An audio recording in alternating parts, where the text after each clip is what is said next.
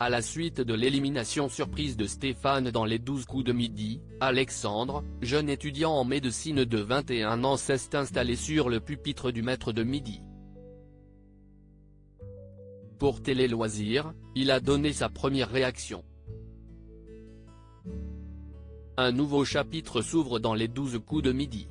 Ce vendredi 20 janvier 2023, le tenace Stéphane est tombé après 153 participations au programme de la Une.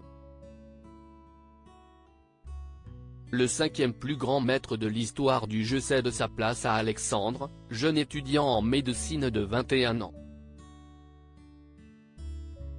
Originaire de Port-des-Barques en Charente, le candidat a réussi à remporter la manche du coup de maître face à Sarah, responsable de la chute du désormais ex-grand champion du jeu de TF1. Pour Télé Loisirs, Alexandre est revenu sans complexe sur sa victoire du jour et sur son nouveau statut de champion de Jean-Luc Reichmann. Jean-Luc Reichmann m'a repéré dans le public virtuel Télé Loisirs. Pour quelle raison avez-vous passé le casting des 12 coups de midi? Alexandre, 2 amis à moi sont passés dans l'émission début septembre. J'étais dans le public virtuel derrière l'un d'eux. Je faisais un peu l'idiot et quand mon ami s'est trompé, j'ai indiqué que je connaissais la réponse. Jean-Luc Reichmann m'a repéré et m'a encouragé à passer les sélections. Je me suis dit que ça pouvait être drôle. Suivez-vous l'émission à la télévision? Je connais les 12 coups de midi depuis que je suis tout petit. Je regardais déjà Attention à la marche à l'époque. Quand mon pote est passé, et comme j'avais l'âge de participer, je me suis dit que c'était le moment. Et puis, quand je regardais l'émission, je me disais toujours que j'avais les réponses, rire. Quelles sont vos ambitions en entrant dans le jeu? Je m'étais fixé comme objectif de ne pas perdre au premier tour. Devenir maître de midi n'était même pas dans mes plans. Je voulais juste ne pas être ridicule et prendre du plaisir sur le plateau du jeu.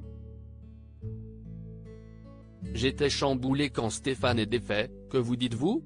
Au moment où Stéphane défie Sarah, je sais que je suis en finale.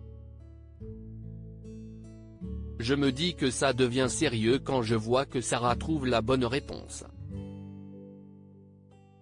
Je sais que je peux devenir maître de midi sur un malentendu, rire. Que ressentez-vous après votre victoire au coup fatal? J'étais concentré sur mon pupitre et sur les questions. Quand le gong retentit, je regarde mes amis en mode mais qu'est-ce que je fais là? J'étais dépassé par les événements, j'étais chamboulé.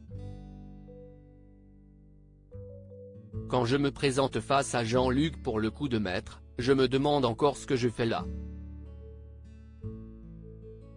Je suis ailleurs, c'est pour ça que je me plante sur des questions faciles, rire. Vous étiez-vous préparé à faire face à l'étoile mystérieuse? Pour tout vous dire, avant l'émission, un brief est à notre disposition avec les noms des personnalités déjà proposées pour l'étoile mystérieuse. Je ne l'avais même pas lu, rire. Stéphane m'a souhaité d'aller le plus loin possible. Stéphane a-t-il eu un petit mot à votre encontre? Une fois que l'émission s'est terminée, tout est allé très vite. Une personne que je ne connaissais pas est venue à ma rencontre pour s'occuper de moi. L'émission d'après enchaînait directement. J'ai quand même tenu à attendre Stéphane pour le remercier après l'émission. Nous avons échangé quelques mots. Il m'a souhaité d'aller le plus loin possible. Comment a réagi votre famille à votre victoire? Ma mère était contente pour moi. Mon père était un peu plus sur la réserve.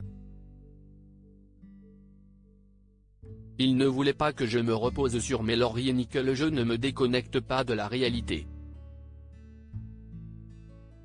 Il considérait, à raison, cette expérience comme une parenthèse enchantée.